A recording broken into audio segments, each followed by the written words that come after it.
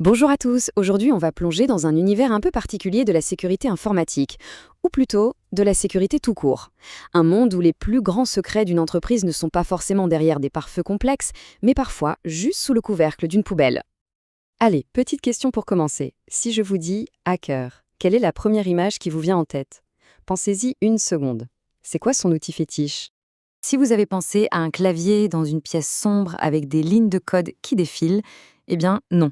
C'est un peu cliché et en tout cas ce n'est pas de ça dont on va parler aujourd'hui.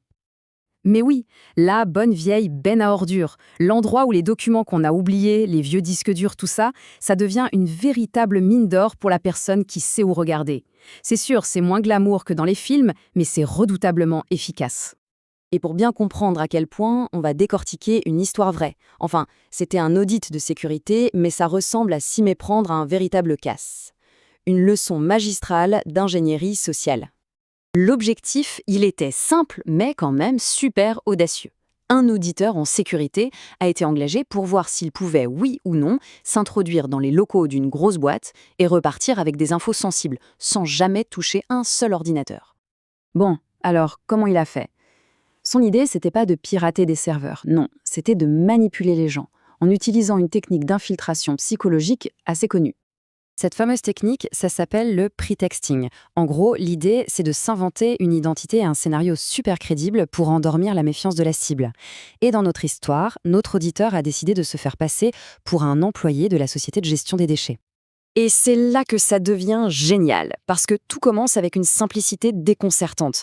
Un simple coup de fil au standard de l'entreprise, une question toute bête, et hop, il récupère le nom de la vraie boîte qui gère les poubelles. Une info qui paraît anodine, mais qui est en fait la clé de tout son plan. Avec ce nom en poche, il passe à l'étape numéro 2, un appel direct au service de sécurité. Et là, il faut bien faire attention à chaque mot. Tout est calculé pour que ça sonne vrai, légitime et surtout pas du tout menaçant. Alors, pourquoi est-ce que ça marche aussi bien? Eh bien, c'est un cocktail parfait.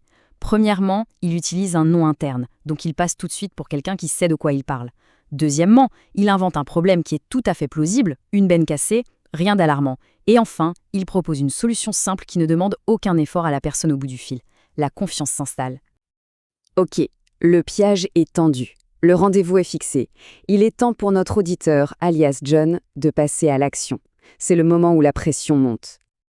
Et pour le déguisement, oubliez les gadgets à la James Bond. On parle d'un simple polo commandé sur Internet avec le bon logo imprimé dessus et un presse-papier à la main pour faire pro. Souvent, l'apparence de la légitimité est bien plus efficace que la légitimité elle-même. Et ça marche comme sur des roulettes. L'agent de sécurité voit le nom de John sur sa liste, comme on lui avait dit au téléphone. Il lui donne un badge visiteur et même un plan du site pour l'aider à trouver les bennes. Aucune question, aucune vérification supplémentaire, la porte est grande ouverte. C'est le coup de grâce. Le garde a un dernier petit doute, il propose de l'accompagner. Et là, avec une simple phrase pleine d'assurance, il balaye toute méfiance.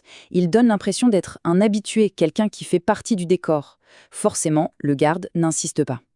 Et voilà, notre auditeur est seul, avec un accès totalement autorisé à ce que l'entreprise considère comme de vulgaires déchets.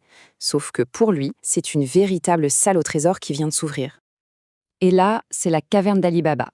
En quelques minutes, il met la main sur un butin assez incroyable. Des disques durs, des clés USB, des DVD et le clou du spectacle, des sacs entiers de documents papier, même pas passés à la déchiqueteuse. Le tout jeté là, sans plus de cérémonie. De retour dans son bureau, l'analyse de ces déchets va révéler l'impensable.